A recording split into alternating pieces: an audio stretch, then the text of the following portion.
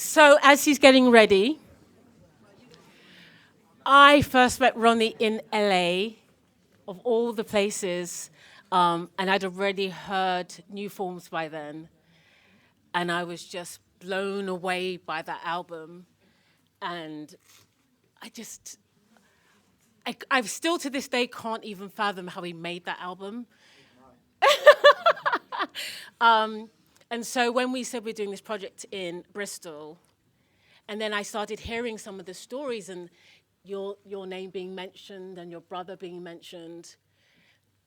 You know, sometimes when people win an award and that's the first time you hear of them when they win a Mercury Music Prize, you always see that end point, you know, the tip of the iceberg. You never see how much graft they've put in to get to that point of being a newcomer. They have the cheek to call you a newcomer when you've been grafting for about 10, 15 years. And the more I unpicked Roni's story, the more I realized he'd been grafting to get to that point. So he wasn't a newcomer. He was just a newcomer to the outside world. But you'd been working all that time. Thank you. That's an amazing introduction. So welcome, Roni Size. Thank you. So how's your day going? Roni has come back from America, so I'm really I feel even more blessed that he still felt it was important enough to come, because I know he's jet lagged. So I know that it's because of what Bristol means to you. That's right. This section is called Maestro Still Rising. You never really know what questions what we're gonna talk about, but there's only one question I always start with Maestro Still Rising, and that's, where are you from? So, as everyone just saw, I've just walked into this room. I know that you've all been here enjoying the company of this lovely lady I've known for a long time. And when I was at home, I thought about exactly the way to enter this room. And there's only one way to do that, and that is from the beginning. You can't come into a room and let people just assume that this is all just, you know, the universe working. There are things that happen. And I've walked in with quite a picture. I'm going to hand it around. I want people to be a little bit gentle with it. Because without being discriminative, all of us who come from the Caribbean, we all have a picture like this in 3 yards. All right? But this picture in particular is quite special to me. All right? And we'll talk about it afterwards, once I pass it around and just let people just take a brief look, do you know what I mean? And then we can talk about it afterwards. But I'm going to start at this. Thank you, that's really kind. Well, this is what we do. Thank you. Wow. I had no idea I was going to do it. This is what I mean. It's so random. My Maestro Rising is random. But it's so generous of you to do this. Thank you. And yeah, I always like to start from the beginning. And there's no better way to start from the beginning by then actually giving you a visual aspect, a visual look about exactly where I come from and how important my upbringing has been for me. Because in Bristol, even though I'm mixed, I've never. That's okay. That's all good. I've never met my biological father. So that's the beginning. But the father who brought me up, and the mother and the family, were from Jamaica. So when people see me, especially in Bristol and St. Paul's, they see me as black. That's the first thing they see. Not because of the dreads, because I never always had dreads, but people in Bristol, all my friends, all my people, they always saw me as being black.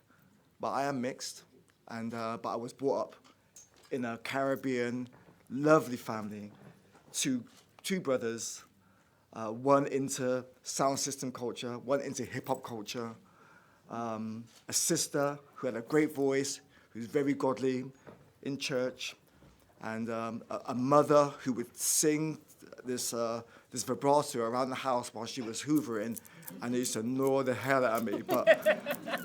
But now she's 88, 89, Bless and her. she's and she's on stage, she's acting. Really? Absolutely, yeah. So it's for me, it's my family are very important, and then my dad. I call him my dad, right? Because he was my dad, and he grew me without no complaints. I'm not in this one picture here, unfortunately. This is a picture of Ronnie's mum, by the way, behind us. And I think she's so regal. She's so regal. Miss Ivor, that's what I'm calling her. Miss Ivor. Miss Ivor. She's very We regal. call her Miss Ivor. And I was fortunate enough to be brought up around a family that just embraced music and culture and food, and there was a few of us, our families. We lived on top of the hill. So I was born actually on Shaftesbury Avenue. So I was born on the cusp.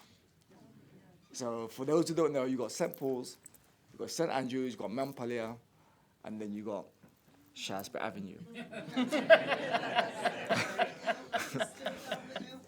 Yeah, if you're still there, then you're still there. Then cool. If I fall into patois, it's because you know what? The room you're in. And you know what? I'm slightly nervous.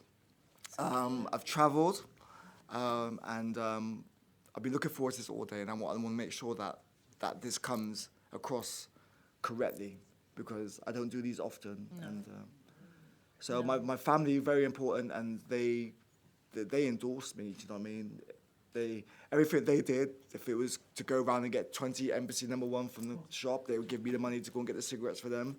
That was when I was like 8. So being able to buy cigarettes at 8 years old, you know where I'm coming from.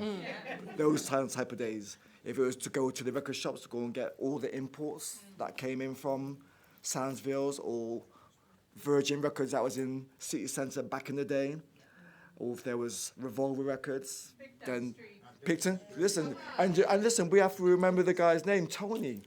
It was Tony. I had to sit down with someone the other day, and Roy, and his wife, come with their pre-release 7 inches. Anyway, we digressing. Because that's a personal thing that's happening right there.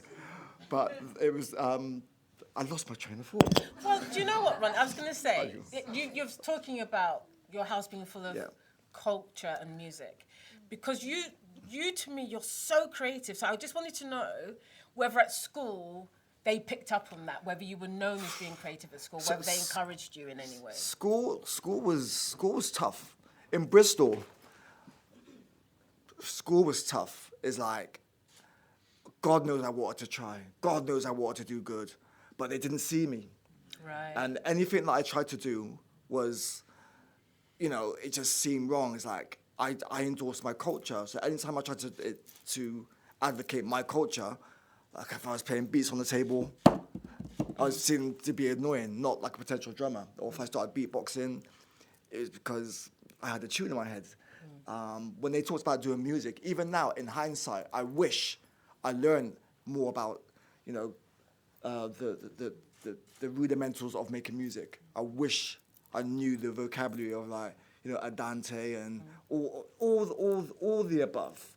We can go into that forever. But I was so hooked into my culture that I didn't learn the rudiments of music. I learned the rudiments of sound system culture and my culture. You know what I mean? So in school, they never saw me. And every time I did something, sent to the stupid room.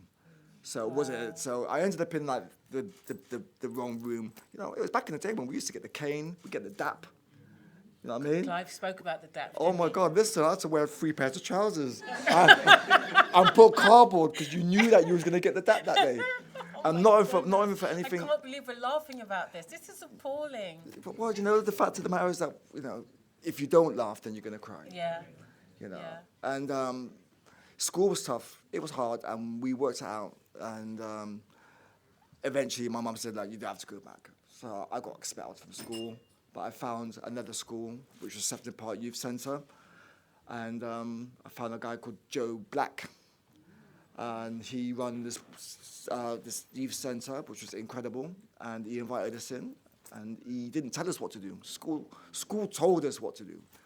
But Joe asked us what we wanted to do. He's like, and we said, we like sports. So he bought a basketball net. I'm like, that's not for me. So I mean, I'm a little bit too short for that, you know what I mean? But some people, they did. They carried on. And there's a lot like music. So we had a raffle. We did our raffle, and then we bought our first piece of equipment, and it was the drum machines. So I learned that drum machine inside out. This is a Sefton Park basement project. This is how it started, for those who know about Sefton Park, if they know about just up on the hill, Ashley Downs, big building, Sefton Park School. And Joe kept on doing these raffles and these discos, and we kept on raising money. Every time we got more money, we'd buy another piece of equipment, or a table tennis table, or a piece of lino to break dance. But then what would happen was, I was making too much noise upstairs. She's like, look, we've got this basement downstairs, so let's put you down there, away from everyone else, so you can make as much noise as you want. And then people eventually started to come downstairs, and they were like, what are you doing? And I would like ended up showing them what I'm doing. And then Joe and Graham Baker, the two youth leaders, noticed that I was actually showing the young people, well, not young people, people my age, what I was doing. And they kind of gave me a bit of a job to start showing, you know, the youngers who were just bad from St. Paul's, to come up to St. Andrews to get away from the badness of St. Paul's, to come up, and they would just like sit down with me, and I just showed them how to use all the equipment. And that was a learning curve in itself, you know. And I know that I'm moving really, really fast. It's because I've got so much I want to get out and let you guys understand, because my brother was also one of the youth workers, and he still is. I think he's been working at Sefton. Yeah, Andrew's been working at Sefton Park. I think he's 60 odd now. He's been working there 59 years. Do you know what I mean? So he's been there from day one, from the beginning, and he's still doing it to this day now. Is he still there now? He's still, well, the basement doesn't exist, but he's still very, very highly prestigious in the world of, you know, just showing people the right way. And he's been doing that for years. And, you know, I look up to both of my brothers. They're my idols, as we know. That's beautiful, man. I just love that.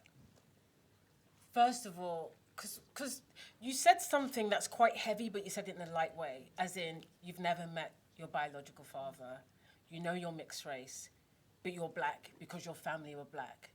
But what I get from you is that feeling of, whether you're mixed race or not, or same dad or biological dad, your brothers loved you. There was never a moment of hesitation that you're one of them. Well, more than just to be fair, my brothers didn't know this until I think we took a trip to Jamaica. And I was very frustrated as a young boy. And, you know, I just demanded that. I just knew that I was different. Yeah. Do you know what I mean? Hence the picture.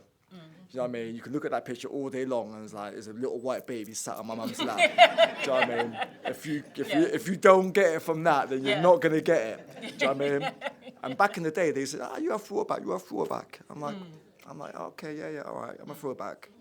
I'm like, no, I'm not a throwback. I'm like, take me to Jamaica tomorrow and show me that I'm a throwback.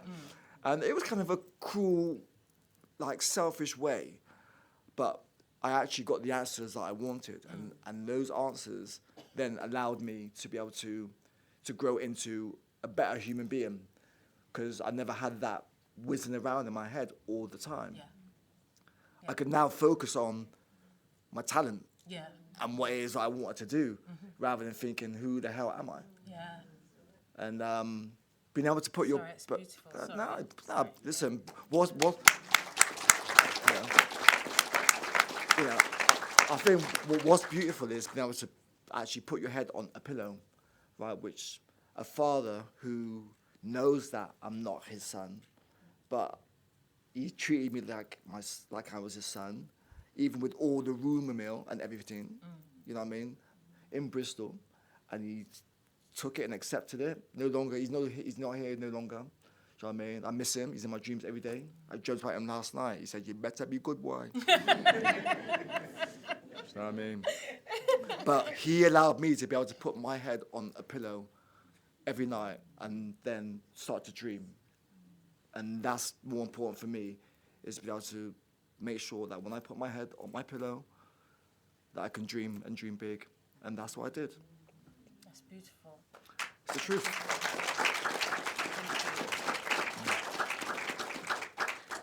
So And my mum did as well. everyone's got like a Roni Size story, but I spoke with DJ Style. Okay. And he said he was in a crew with you, used to go to the Black and White Club, you guys. Calf. The Black and White Cafe, sorry. Sorry. My bad. No bad. Don't worry. So talk to me about the community centres and the clubs and like your playground, your learning musical playground. Talk to me about that. It was tough, but the Black and White Calf has a reputation which not a lot of people really and truly understand. But I used to hang around with the Wilkes family. There was a crew of us in St. Paul's. Some of us were mixed, some of us were, fully Jamaican-fledged, but we all came together. And it was tough. You had to be, had a thick skin, because if people would take advantage of you, then they would. But at the same time, the love that they would show you once you was accepted into the family was unconditional. And the Black and White Calf protected so many young black people from going down the wrong road. Like, it's always negative press, but the negative press came because of the way that the police back then, they endorsed themselves into the black community without actually doing their due diligence. That's what I believe. You know what I mean? It's like, you can't go and then tamper with someone's culture without doing your due diligence. I think, go and meet the people. And the calf was a tough environment, but they did the best food. I learned about the culture of food. I learned the culture of dominoes. Yes. Do you know what I mean? I learned the culture of being respectful, respect your elders, carry yourself correctly. Because as much as we used to go and be down in St. Paul's, we used to go to Sunday school as well. So it was like, in the week, you're one way. On Sunday, it was your mum's way. It was church. I know that some people in here will probably, what's this guy talking about? But there's obviously people in here that understand that it was a different time. And Sunday school, we all put on our best clothes, and we learned about God and Jesus and the Bible, and there were things in there we didn't agree with. There was things in there that we did agree with. It was just the way it was. But Sunday school was cool, and Styles. I've known Styles. It was me, Styles, Stephen Wilkes. There was a crew. I'm not going to go through the whole crew, but there was a few of us that was into just being on turntables and buying records, and that was my craft. You were a DJ, right? Yep, that was the first thing we ever started doing was all these gigs back in the day. Some of these flyers were like... But you see that, 1987. That's right. So that's what I'm trying to say to you. These When Roni's winning the Mercury Prize, he's been at it since 1987. It wasn't an accidental or a fluke occurrence. Yeah, This is someone who's grafting. And these flyers, we've been collecting since they first come out. They're all hand-drawn. You can see the typos and everything.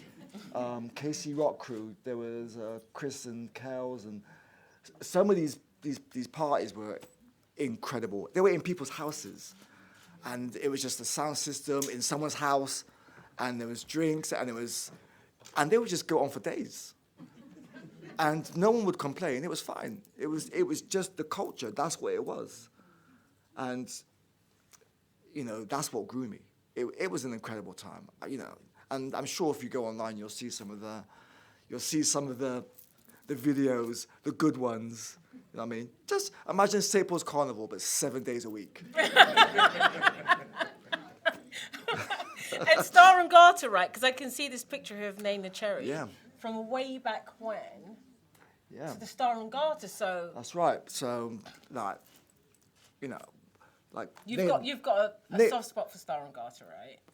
Of course, I was dropped off by my mum there when I was 7 years old to be babysitted. You know, my auntie used to work there, so the Star and Garter, my auntie Dar, she used to work behind the counter at Star and Garter, and my mum had to go to work, so me, Dennis, Tasha, a few of us get dropped off. These are my cousins, and we were just... There was a DJ called DJ Derek. I'm not sure if people know Derek, but Derek used to play the music at Star and Garter.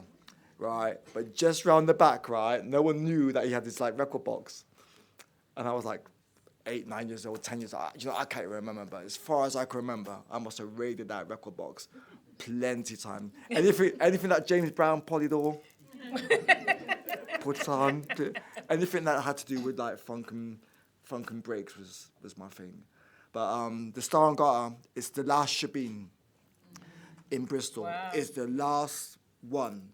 Okay, we've got the back, got a couple of places, but when we talk about shebeen, we are talking about the Star and Garter, and they were going to make it into flats. And then a friend of mine was like, "Oh no, that's not going to happen." Yeah, we can't be Do you know what I doing mean? Imagine now, because it's been going like 3, 4, 5 years now, and you know. If it wasn't there, don't know where we would be going. Yeah. You know what I mean? Full cycle. My record label just started our first residency there, so that's exciting for me. But it's an environment where it's been there from the day dot, from the beginning, and it's still there, and that should be something that people recognise. Like if you've never been there, just go there on the off day. Yeah. Just pass through. Do you know what I mean? And you'll see the history on the wall. So we made a point of putting the history. Naina, we know Naina through the Wild Bunch. So Wild Bunch worked. Wow, Nelly Hooper. Nelly back Hooper. In the days. So the Wild Bunch was a crew in Bristol that they really made an impact on a worldwide level. Grant Marshall, 3D Dowd, Claude Weedy Wee, Mushroom Pindi, we can't call him Pindi because that's his original name. You know, Miles Big. You know, if I'm forgetting someone, please fill the gaps in because I know there were people behind the scene. But Wild Bunch showed us that we could be like worldwide. Yes. They went to Japan and came back famous. Do you know what I mean? Nelly went off and joined Soul to Soul. Nelly started Soul to Soul. Nelly Hooper, he was like Soul to Soul, but it was Naina Cherry who was the link, who helped them get to all the right people. Okay. It was her that introduced them to all the people that made that. Did not know that at all. Exactly. So it's like, okay, we're hearing some things that I've never heard before. Yeah. If you look in the video, Buffalo Stance, you'll see like Mushroom in the background, like do a little bit of scratching. And so I forget the person's name, but it was a manager. If someone can help me, it was one of the managers for Naina Cherry who helped. Thank you. It was Cameron. Yes, there you go. So Cameron was the one, and that was introduced through Naina, and that's for me. There's the beginning, as far as I know it. That push, and not forgetting people like Smith and Mighty. Yeah. You know, like Robin Ray. Come on, that family. They were right in the heart of St. Paul's, right there, and yeah, massive family. Incredible family. But they would give. Did they help nurture your music? Absolutely. So they would have a free studio. They had their studio, Free Stripe, and in the other room they had another studio, and that's where I met Cross. Well, not really. I met Cross before that, but musically we crossed paths. He was in this one room. It had this keyboard, had some speakers, and nothing else. And he was making this music with just nothing. And I was like, what the hell? How are you getting all of that sound just out of that? Do you know what I mean? And in his back room. And yeah, we had a lot in common. How did you get from? Because I feel like we were listening to the same tracks, right? So I was listening to hip hop. I was going out doing all the hip hop raves, and then jungle seemed to come out of nowhere. So in London, jungle just was massive, and it was Good one. They were taking reggae, really, and then putting this fast beat underneath it. And General Levy, I grew up with him. So I've known him since I was 5. Yeah. So that jungle I understood and I got, and we were going to the raves. But how did jungle touch you, and then how did you then? Well, I'll tell you one of the funniest things is when I first saw you at one of the raves, I was like, wow. And this is when you was at the height of your career and what you was doing. I was like, what's she doing here? and then I knew that she knew people like Jumping Jack Frost. That's right. And then I knew, oh, so you're a realist. You're one of us. And it was like, back then we all got to know each other and we started to hang out. But people are confused about the music and the names. To me, at the end of the day, it's dance music. It's experimental. That's what it is. To me, that's what it is. Do you know what I mean? Jungle to me was an era. Hardcore was an era. You know what I mean? Before it became digital reggae music, that was the era, like 89s. I put things into eras, like from 1991 to 94, it was, maybe jungle, then 94 to 97, it became drum and bass, and, I put things, and now they call it something else. There's some other names. They got neuro, they got techno, they got, I don't know. They got so many different names, and the fact of the matter is that this music, if it's not happening here, it's definitely happening somewhere else. They call it EDM. I played at a rave last Saturday, just gone. It's like over 500,000 people there. Not on my stage. There's only like, a couple of thousand on my stage, which is like, this is decent. But the main stage, I was there at the front watching Sean Paul at the front, right there, and over like, so if it's not happening here, it's happening in Japan, or it's happening in Slovakia, or it's happening in Europe somewhere. And don't ask me, I don't make the names up. Yeah. I got into it because I like the vibe. I like the fact that you can put reggae music, hip-hop music, funk music, jazz music, breaks, slow, fast, vocals, raga, opera. And I like the fact that it was just an amalgamation of sound that you can put into one, just into one record, in one room by yourself. Okay. Do you know what I mean? There was something, Robert, are you here? There was something that you said, well, if you don't have the money, do it yourself. And the thing that gets to me about you is, everyone goes on about starting your own label, going independent. That's seen as a new way to do things. But you started your own label. So I look at like first generation, it was just the DJs. It was the DJs would just go out and just DJ. They enjoyed just going out, getting tunes and DJing. Second generation were DJ producers. That were the people who loved to DJ, but first they liked to produce. Then the third generation was like, oh, I'm going to start my own label now. So you had like the DJ, producer, now I'm a label owner. I'm third generation. That's where I come from. It's like, oh, I'm going to start a record label. Don't know nothing about no business. Do you know what I mean? But we're going to start a record label. We're going to get some artwork. First artwork we ever got was from Inky. Okay. And we also learned a lot from people like Jumping Jack Frost and Brian G. That's right. Brian G is a G. Yeah. Like in He so is. many ways. He is, yeah. The first A&R. I've got one story that I need to say, and it's not going to take long, I promise you. So I met Brian G, right, through two guys who lived in Bath, right? Their name was Paul and Andy. They worked for a group called Absolute, just two guys, right? They worked for a label called A&R Label. It was Rhythm King, okay? I used to give these two guys my tapes, right? Then one day, Rhythm King closed down, right?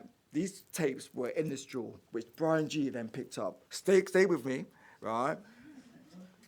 Brian G then took the tapes when the whole company shut down. They locked the doors. And on the tapes was my phone number. So I get a call from Brian G. I'm like, oh, I see your name on flyers. You and Jumping Jack Frost, da-da-da. But the kick of the story is the two guys who put the tapes in the drawer, they were the guys that were responsible for making the Spice Girls. Right. That's the kick. It was like they all worked together in Rhythm King, So it kind of went from there to there to. So imagine, and the thing about it, I know that Jerry knows about this because I saw her one time. She goes, yeah. She goes, you know Paul and Andy, right? And I'm like, yeah. She goes, yeah, of course. She goes, I remember hearing your tapes back in the day. I'm like, come on, Jerry, don't be like that. No. Come on, She probably did. don't kill me like that. let's keep that one on the low. But now, you know, the fact of the matter is that back in the day, you'd write your phone number on the tapes. And then it just happened that Brian G picked up the tapes, called me up. He came down to Bristol. I introduced him to Crust and Sav, Di, Sarge. There was a few of us that just used to hang out in my flat on Wilder Street, St. Paul's. We just used to hang out there, and yeah. And then Brian came down, and he's like, "I want to start a label," and that was V Recordings. Yep. And that was really the beginning. And so do you think like Brian starting a label made you think, well, that's the next step? Well, I've already put out a record with someone called Chris Wharton, called on a label called WTP, which is called Where's the Party, and that was a rave label. And I did it with a tune with Winston Bonnick and Alvin, and we recorded Freeway Split, and we put the record out, and then we did a Freeway Split. Yeah. Yeah, but On the nose. It was the first record we put out called Wicked Dem Room, and yeah, it was a learning curve for me about people management. Because you know when you go into the studio with someone and you got different ideas, it can end up in some confrontations. So you have to find the right people to work with. So finding people like Crust and Di and Sub and Dynamite MC, Onali, my brother. How did you find them? I just, it's like Well, we you've got found the each other. Avengers together, right? Because this formation is perfect. Like you can't take anyone out, and you can't add anyone. Everyone just fit perfectly into that jigsaw puzzle, right? Everyone had their vibe, their sound that added a texture. And how did that come about? How did you meet? Well, first of all, it wasn't me who found anyone. It was Okay. like we found each other. It was like Crust and Sub knew each other because they were part of Fresh Four. So they knew each other already.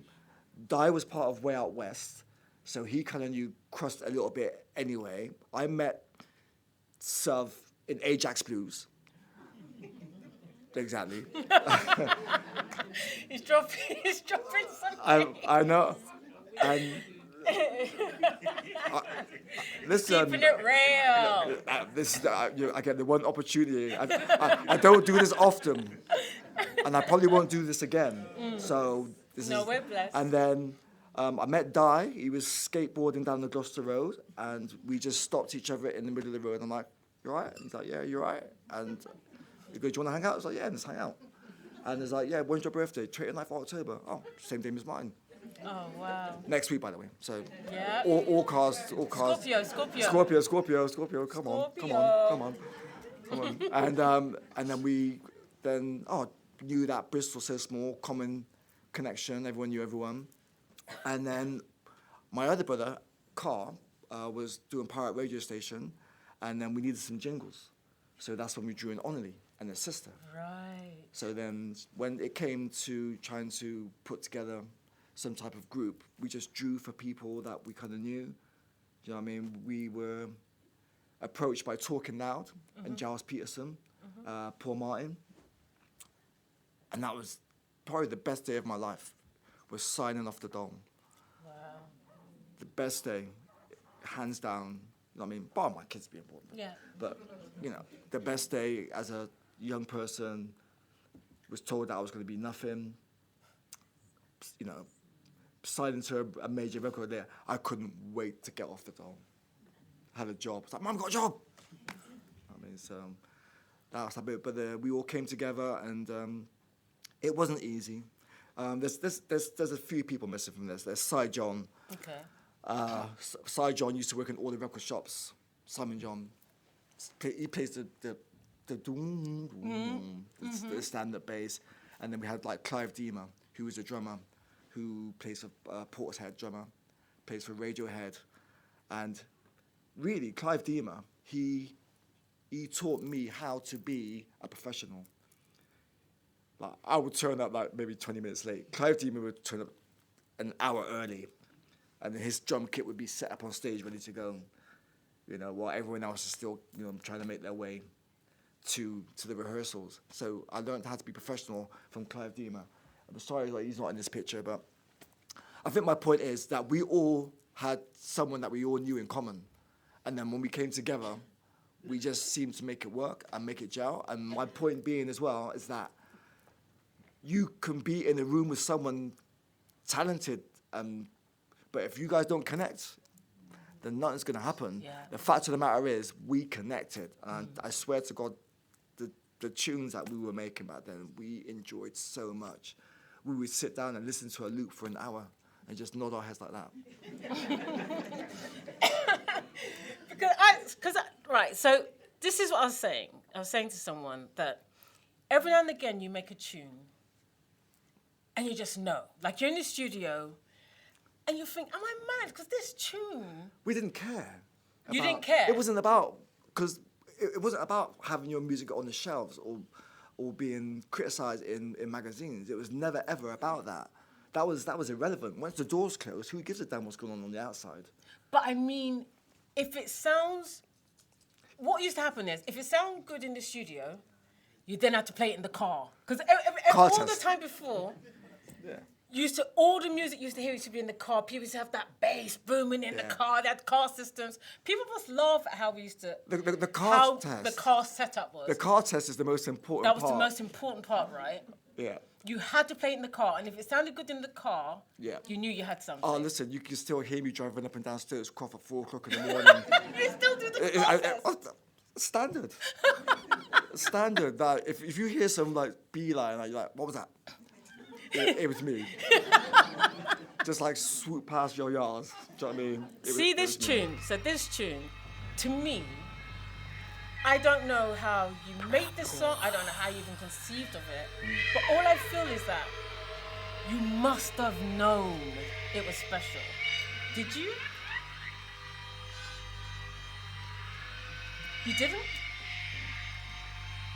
You could see, it's not even conceded, it's just being real. Fluctuating the vocalization at warp speed. I remember making the record. Yeah.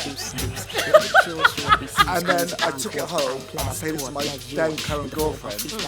And it was the only tune that she ever liked, which I did. You're joking. Really? That's when I knew I had something special. Is that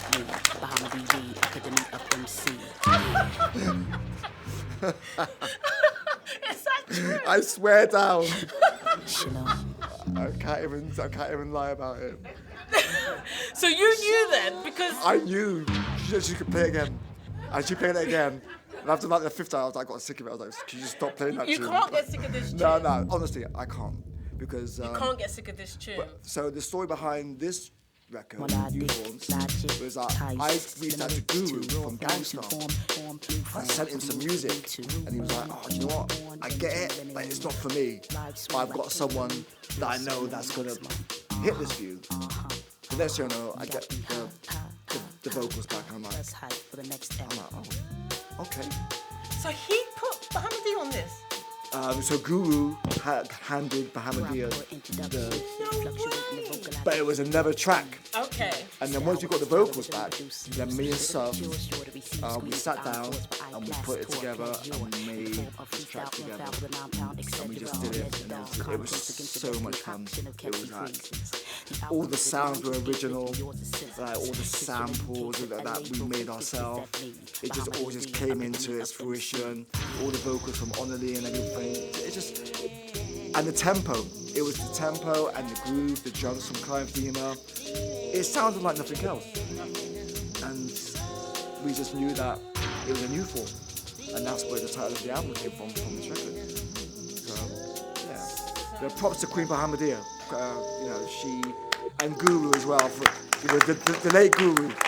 And if you don't know about Bahamadia, you should check her out. She is a badass MC. No, She's incredible. But I'd heard of her before, but it's just over this. It was just perfect. And when she does it live, it's even better. Oh my god, it's crazy. But, so who says in the history of jungle music, I need a stand-up double bass. Like, who says that? Where did this come from, that concept? It's funny because you have, when you're part of like a record label, like talking about perhaps people like Omar, Incognito, there were so many people there at that time, and the two so-called drum and bass or jungle guys bands was 4 Hero.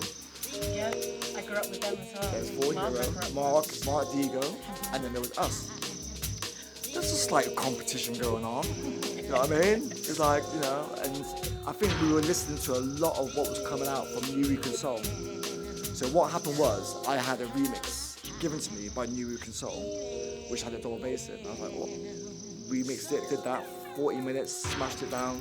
Do you know what I mean? I was like, oh, this double bass thing's working. I said, I know a guy who plays double bass. Got me to the studio, set it up, spent like 2 days just recording lots of different ideas. And then that became like that sound. You know what I mean? It was great. At the time, it's like, that's when I knew that we were doing something different. We had all these live drums, we had all these bits and bobs, everything was just there. But then that top layer, which just became so USB, unique. right? Yeah, it became unique. So it kind of fell into place, like, you know, just by you know, New York Soul, Kenny Dope, Louis Vega, they kind of like, you know, they had like a massive influence on what we were doing. They championed us in America. Could you have in any way have been prepared for how that album was received? Because your album's too good for you to not know it's good. That album is just incredible. But where did you in your head think it will go? Or what did you think would be good, a good result? So, finishing any album or any project, it doesn't matter what it is, even if it's what you're doing, you know, making a cake, finishing anything is a challenge. Then once you finish something you can be judged on, right, then it's no longer yours. It's become someone else's. You know what I mean? The amount of time that people come up to me and say, yeah, man, that's my tune. It's like, no, actually, it's my tune. You know what I mean?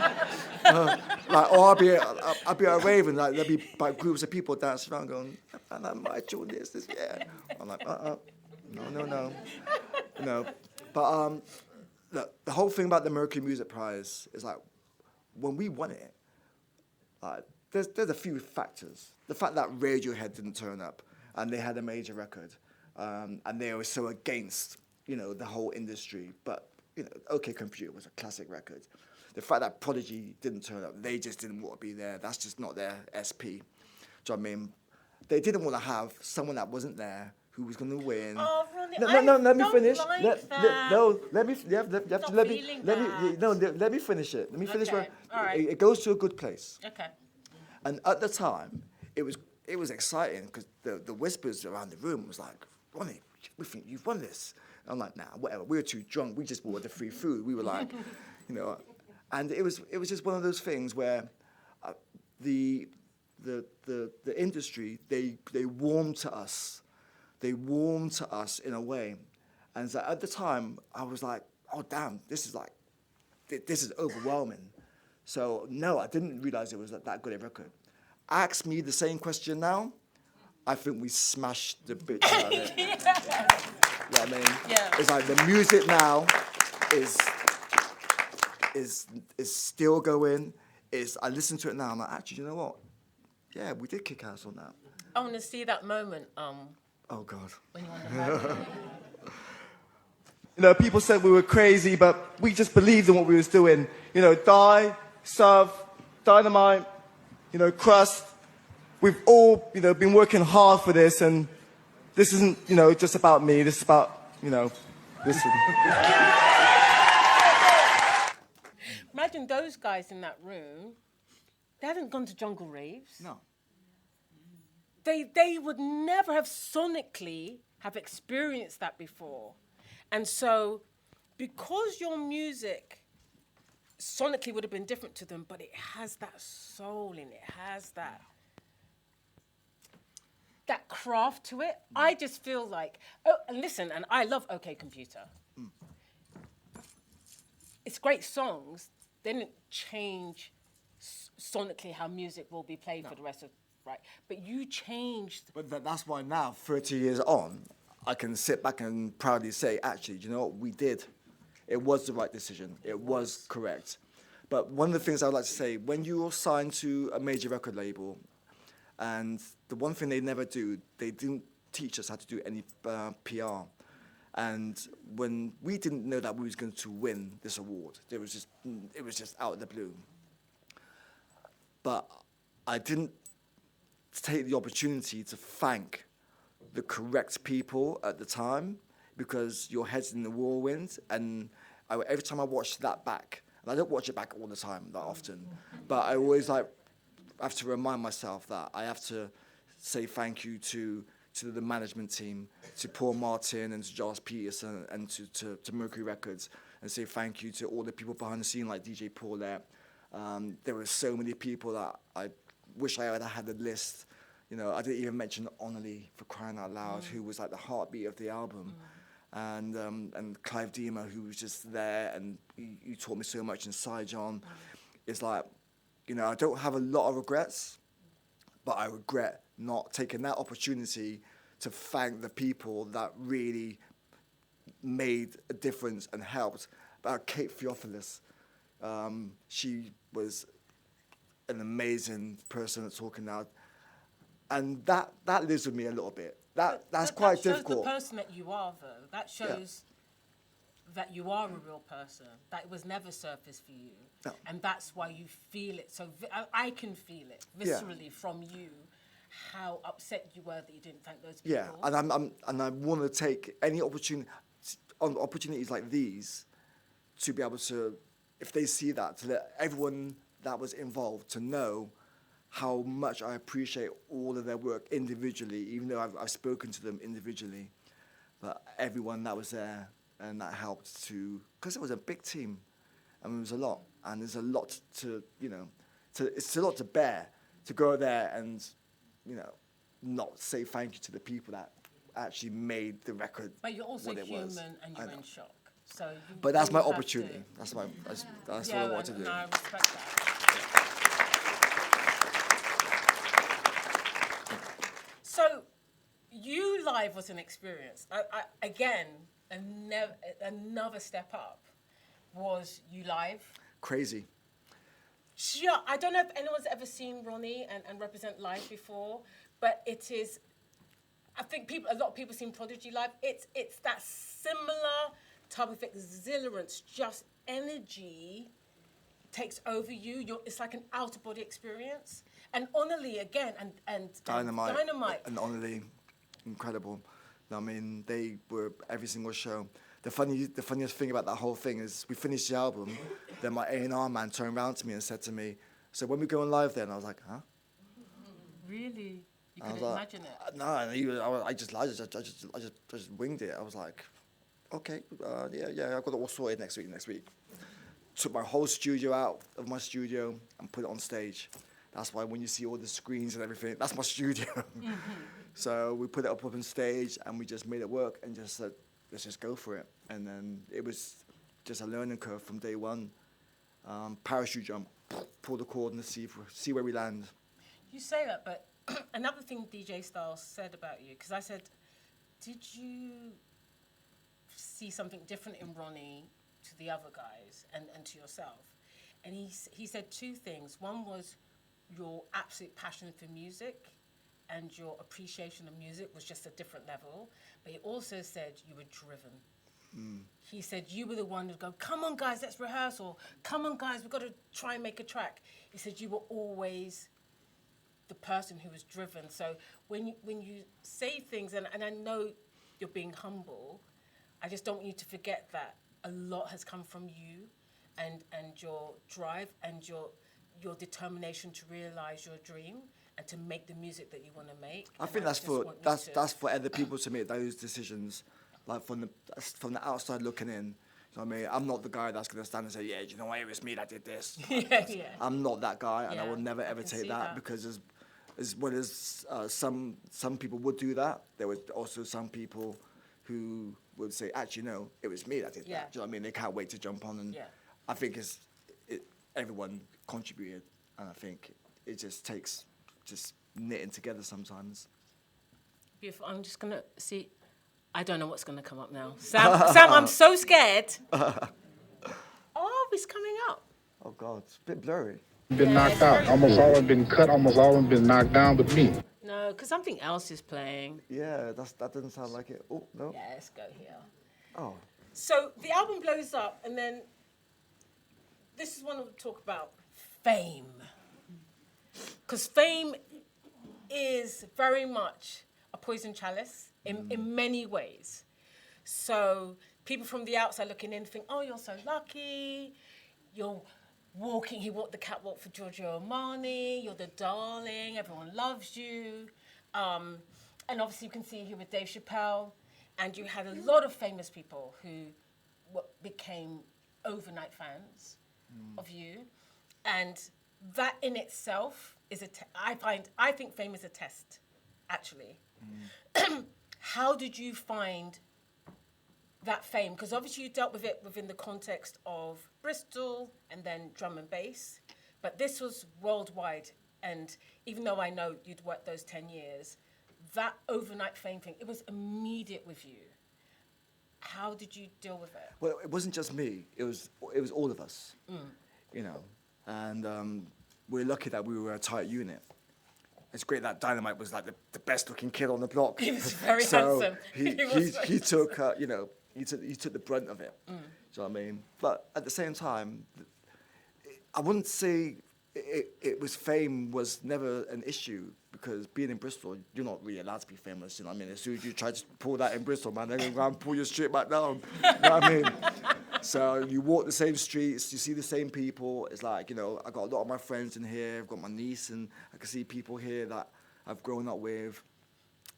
The fame is your mind that you have to contend with, and the whispers, and how you deal with that. Like, the fame part of it is fun. You know what I mean? It's like, who wouldn't want to be famous for 5 minutes? You know what I mean? But if you're gonna take that, then you have to take when the magazines tell you that you're good, you know, you get gassed, then you're like, but when they tell you that you're bad, and they tell you that you're rubbish and it's no good, you got to take that as well. So it's a double-edged sword. And, you know, meeting people, meeting your peers, you know, they can become your friends. Like, I can honestly say, like, yeah, you know, meeting Dave Chappelle, we actually did become like friends. So I mean, it was nice to be able to like talk to him. So I mean, on a level, and I've met a lot of different people along the way, and some of them are my best friends. I just got back from America, and I just saw loads of people that I don't even want to talk about. But like, fame is leave that to the London.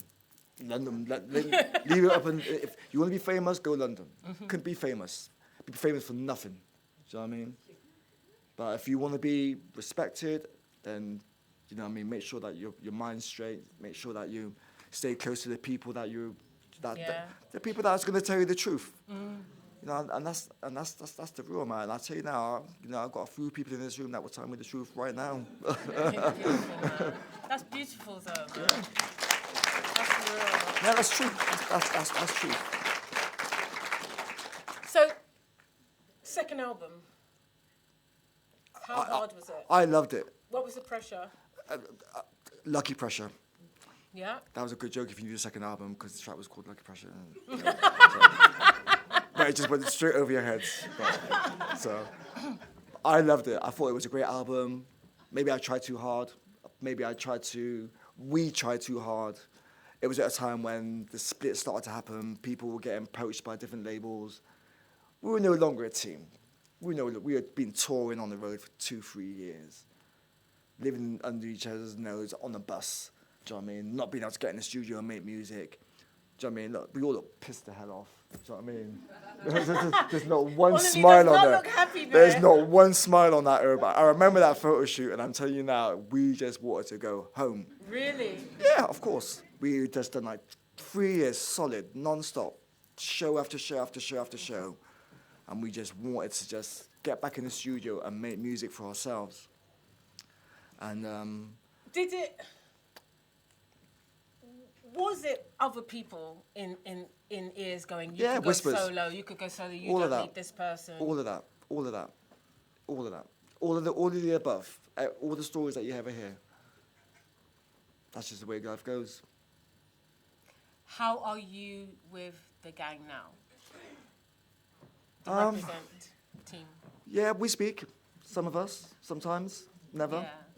It's no, I was a solo artist, but I've been best friends with 3 different members from different bands, and it's the same story every single time. But eventually things happen that Everyone's got their own interpretation about what they think happened, or why what happened, or where what happened. Every story's going to be different. Yeah. I can only tell it from where I sit, and I think jealousy always plays a big part in any group. Doesn't matter if it's Take That or if it's bloody Spice Girls. It's like, you know, there's always some type of, and there's always whispers, and there's always things, and it's like, you know. But what I mean is, I think, yes, jealousy is a human trait, but what happens in the music industry is it is amplified by other people on the outside in absolutely. someone's ear going, why have they got all the solos? Why have they got the best coats? She's got inside information.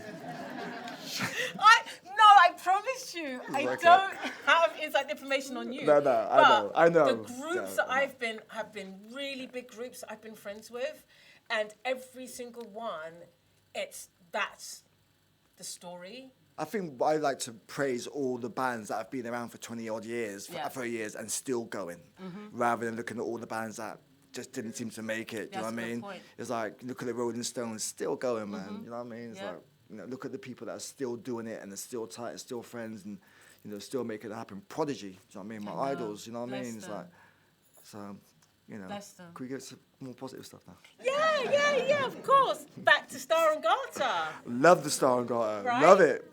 because you're still doing work with them now. Didn't you go in to do a show there recently? Yeah, so, you know, like I said, for me, the Star and Garter is just like, it's like the place where it's our cheers. Everyone knows your name. You know, good old Malk, you know what I mean? Everyone there knows Malcolm.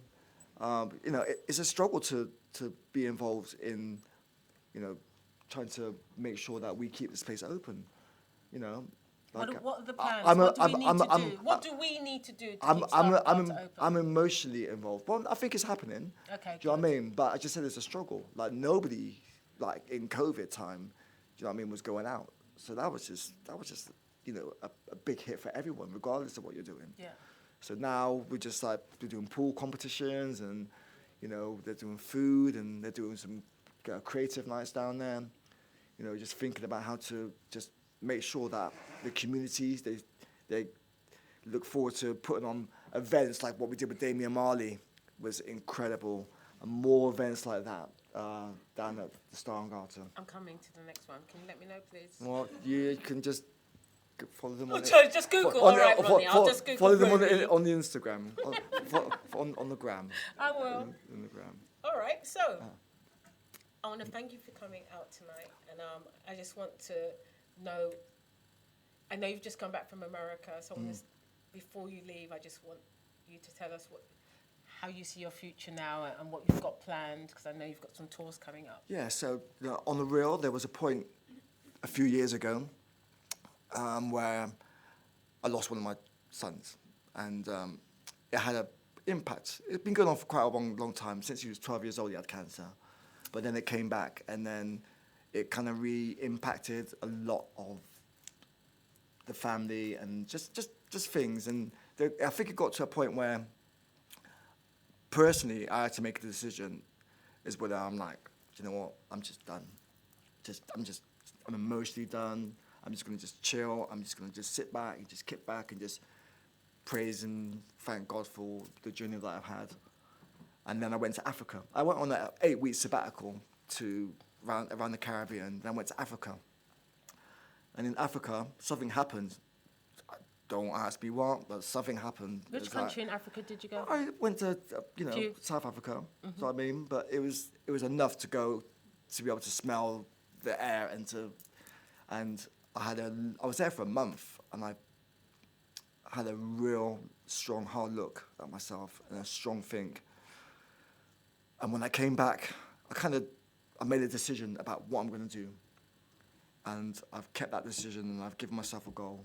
So for the next, at least until like 2028, I keep saying 2008, but 2028, 2029, I'll probably be touring non-stop until I finish my goals, all my music, do you know what I mean? And just stay focused, not be distracted, try not to drop the ball, not let people down, try to say yes more rather than saying no. I was saying no to everything. Oh, Ronnie, do this. Oh, no. Oh, can you help me with this? No. No. But now I'm like, okay, yes. All right, yeah. Okay, yeah, come. Doors open. Step through. So I'm trying to do that more. But, you know, I wanna feel good about music again. And sometimes you can fall out of love with something, which that you love so much. You have to fall back in love with it again. And that's my goal for the next 2 to 3 years, 4 years, 2028. Where are we now? 25, 26? Yeah, 3 years. Yeah, so that's my goals. And got some new music coming out. I was supposed to bring some down with me today, but... Did you? I Well, can connect you up. I can always connect you, hook you up. I'm not Sam. sure. Sam, our tech guy. Your tech guy's he's not really on it tonight, is he? Your tech guy's not really that. But maybe if you keep your ears open, you'll hear the music start to filter I out. can't wait. We've actually got a release that's just come out, but I didn't bring it down with me. I can't wait. And yeah, I appreciate everyone sticking around. I know it's late, and you know I wanted to just get my truth out there. And we all have a different truth. We all have different versions of what we think happened and what's going to happen. But, you know, there's prayer, thanks to God. Hey, can I just dedicate this show as well to a very close friend of mine who's gone into surgery today. I know that a lot of people know him. He's a Bristol poet. He's probably one of my best friends. And he's been diagnosed with cancer, and he's had today, this morning, a really, really important operation. I'm dying to find out the results. So this, I'm going to dedicate this to Dr. Lawrence Hu. And I just hope that he's pulled through. And yeah, that's me. Thank you so much. Please give it up for him. Thank you. I didn't know you were going to do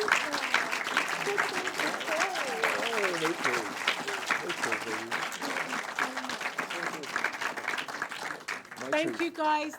The party's upstairs. So I'm just a bit emotional because I had no idea Ronnie's going to share on this level. So, yeah, thank you so much.